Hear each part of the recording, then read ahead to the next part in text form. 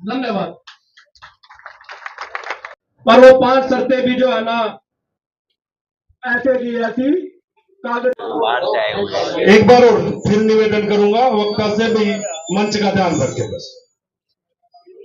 गौ माता की सभी और स्वामी प्रपन्नाचार्य जी महाराज हमारे अपने चाचा गुरु लगते हैं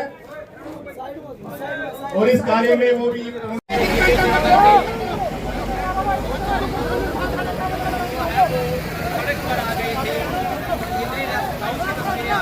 छोड़नी पड़ा।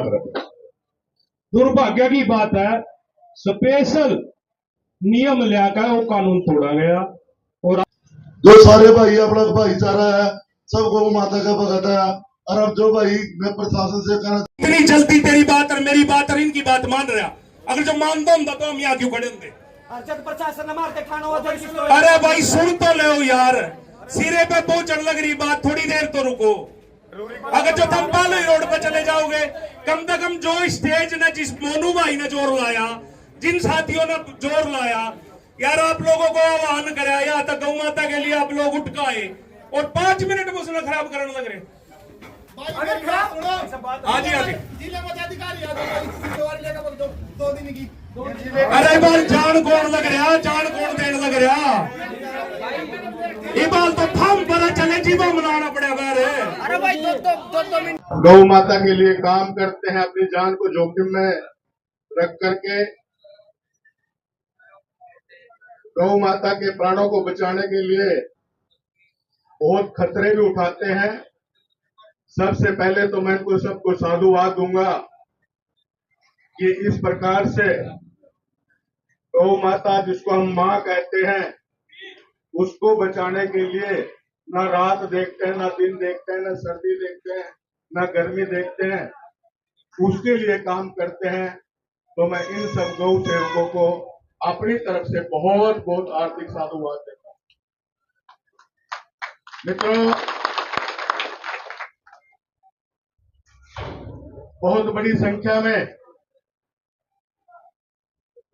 इस नदी से गौओं के कटे हुए सिर और उनके अवशेष मिले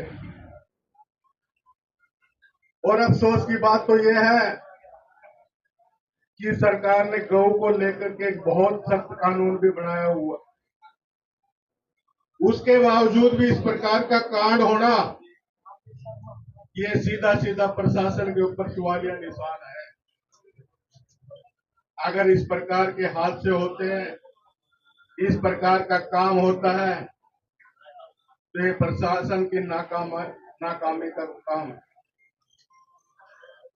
प्रशासन अगर समय रहते हुए, क्योंकि पहले भी इस प्रकार की कई घटनाएं हुई हैं, पहले भी लोगों ने रोष प्रदर्शन किए हैं, लोगों ने आवाज उठाई है, अगर शुरू में इस प्रकार के इन लोगों के साथ अगर सख्ती से प्रशासन पेश आता, सख्ती से इनके खिलाफ कार्रवाई करता तो ये आज इस प्रकार की घटनाएं नहीं होती। आज हमारे लिए बहुत ही बड़ी चिंता की बात है कि हमारे समाज को, हमारे सनातन धर्म को तोड़ने मरोड़ने के लिए और भी कई प्रकार की चालें चली जा रही। हम सबको सचेत होना पड़ेगा, हम सबको ये बात सीखनी पड़ेगी कि जहां भी हमारे सनातन धर्म की बात हो वहां हम सबको एकजुट होकर के इन सब समस्याओं का सामना करना पड़ेगा और उसके लिए कुछ भी कुर्बानी देनी पड़े, संघर्ष करना पड़े, सड़कें जाम करनी पड़े और भी अन्य प्रकार के काम करने पड़े, तो इसके लिए हम सबको जाना हमेशा तैयार रहना चाहिए। और एक निवेदन आप सबको कहना चाहूंगा, एक निवेदन आप सबसे करना चाहूंगा कि हम सब गौ माता की जय तो बोलते हैं, लेकिन आज घरों में गौ नहीं मिलती। इसलिए मैंने नारा लगवाया कि गौ माता की रक्षा हो और गौ माता का पालन हो। हमने गौ माता का पालन भी करना चाहिए, अपने घर के अंदर गाय भी पालनी चाहिए। गाय को जब पहली बार पता चला कि हमारी नहर के ऊपर गौ माता के अवशेष मिले हैं, तो हम सब साथी वहां पे पहुंचे। वहां पे पहुंचने के बाद देखा कि हमारी जो नदी है उस पे कई जगह पे खून ही खून पड़ा हुआ था। देख के मन ऐसा हुआ जैसे कि ये क्या हो गया। जिस तरह एक इंसान को काट के फेंक दिया जाता है ना, उसी तरह से गौ माता को वहां पे काट के फेंका हुआ था। तो साथियों ने हौसला बढ़ाया और नदी में सर्च अभियान किया, तो गौ माता के और भी अवशेष वहां से मिलने शुरू हुए। पहले तो सोच रहे थे कि ये एक दो गाय हैं, सर्च करते करते पता चला कि ये तो 10, 12, 15 और पता नहीं कितनी है, क्योंकि कटा हुआ जीव का पता नहीं कर सकते कि वो कितने जीव है कितने नहीं है, कितने वो अपने साथ लेके चले गए, कितने छोड़ के चले गए, कितना का नुकसान कर दिया, ये कोई नहीं सोच सकता था। तो हमारे साथियों ने हौसला बढ़ाया और प्रशासन को जगाया।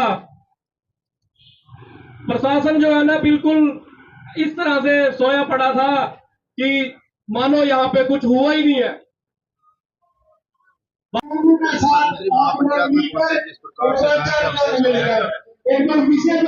देखिए, बहुत ही दुख का विषय है कि इंद्री के अंदर इस प्रकार की घटना घटित हुई है, जिसमें दर्जनों से भी ज्यादा गाय माता के कटे हुए अवशेष मिले हैं, सिर मिले हैं। ये अपने आप में एक बहुत ही गंभीर मामला है और कई दिन से लोग जो है ना इसके लिए मांग उठा रहे हैं, इकट्ठे हो रहे हैं, संघर्ष कर रहे हैं कि जिन लोगों ने इस प्रकार का दुस्साहस किया है उनके खिलाफ कड़ी से कड़ी कार्रवाई होनी चाहिए, उनको गिरफ्तार किया जाना चाहिए। आज तक ना तो कोई गिरफ्तारी हुई है, ना किसी के खिलाफ कोई कार्रवाई हुई है। ये मैं यही कहूंगा कि ये प्रशासन की नाकामी है। इसलिए जो है ना, अब ये सारे लोग इकट्ठे हुए हैं और युवा साथी ज्यादा संख्या में इकट्ठे हुए हैं और कोई ना कोई निर्णय आज लेंगे कि आगे क्या कार्रवाई करनी है। मैं तो प्रशासन से यही निवेदन करूंगा कि सौहार्द बनाने के लिए जल्दी से जल्दी उन लोगों के ऊपर कार्रवाई करे जिन्होंने इस प्रकार की घटना को अंजाम दिया। नहीं तो इसके अंजाम जो है ना बुरे होंगे और इस प्रकार के संघर्ष कभी भी जो है ना वो लंबे चल सकते हैं और लोग जो है आज इस तरह के उसमें मूड में है कि कुछ भी करने के लिए तैयार है। तो इसलिए प्रशासन को सचेत हो जाना चाहिए और जल्दी से जल्दी उन लोगों के खिलाफ जो है ना कठोर से कठोर कार्रवाई उनके खिलाफ करनी चाहिए। गाय के अवशेष लगातार मिल रहे हैं, लेकिन पुलिस प्रशासन के द्वारा कोई कार्रवाई नहीं की गई। देखो, बड़ा एक तो सबसे बड़ी निंदनीय घटना हुई है हमारे इंद्री क्षेत्र में। इतनी सारी गायों का सर नदियों में, नालों में जो मिला हुआ है, उनके अवशेष मिले हैं, बड़ी दुख की बात। और कहीं ना कहीं प्रशासन को इसकी जिम्मेवारी उठानी चाहिए, सख्त से सख्त कार्रवाई करनी चाहिए, क्योंकि इंद्री क्षेत्र बड़ा नरम क्षेत्र है। यही हादसा कहीं और हुआ होता तो अब तक बहुत कुछ हो चुका था। लेकिन वो कहते हैं ना, शांत समुद्र जब तक शांत है, जब उसमें तूफान आ जाता है तो किसी कहीं नहीं रुकता। और आज वो तूफान आपके बीच में हजारों की संख्या में इंद्री रेस्ट हाउस में आपने देखा भी है। प्रशासन को इसके प्रति सख्त से सख्त कार्रवाई करनी चाहिए। कहीं ना कहीं आपसी भाईचारे खराब करने का नियत है इसके पीछे, क्योंकि उधर नवरात्रे चल रहे हैं, गैया के सर जो है नदियों में मिल रहे हैं और एक दिन नहीं 3 दिन लगातार ये अवशेष गायों के सर और उनके अवशेष मिले हैं। लेकिन प्रशासन की तरफ से बड़ी ढील बरती जा रही है। आश्वासन सिर्फ आश्वासन ही दिया हुआ है, कभी 24 घंटे का समय मांगते हैं, कभी कुछ। कहीं ना कहीं एक सिस्टम इसमें नजर आता है क्या कि गाँव जो से तस्कर हैं, जो गाँव काटने वाले हैं, क्या ये पुलिस वालों से मिले हुए हैं, उनके साथ कोई मंथली फिक्स है। मतलब इस तरह की चीजें कहीं ना कहीं आपस में लोग चर्चाएं करते हैं। प्रशासन को सख्त होना चाहिए और ऐसी घटनाएं ना हो, इसके बारे में उनको अपनी ड्यूटी सही तरीके से देनी चाहिए, क्योंकि उनकी ड्यूटी जो बनती है व्यवस्था बनाए रखने की है। ऐसा काम ना हो इस तरफ, मतलब कि बहुत बड़ा जो लोगों की उंगलियां प्रशासन की ओर है और प्रशासन को हरकत में आ जाना चाहिए। वो अन्यथा अपना रिजाइन दे दो अगर नहीं कर सकते। तो मेरा तो आपसे यही कहना है मीडिया के माध्यम से कि इसमें जल्द से जल्द कोई ना कोई सामने आना चाहिए भी किस कैसे ये कांड हुआ, किन्होंने किया है, और वो सलाखों के पीछे हो। हमारा तो ये अनुरोध है आपसे।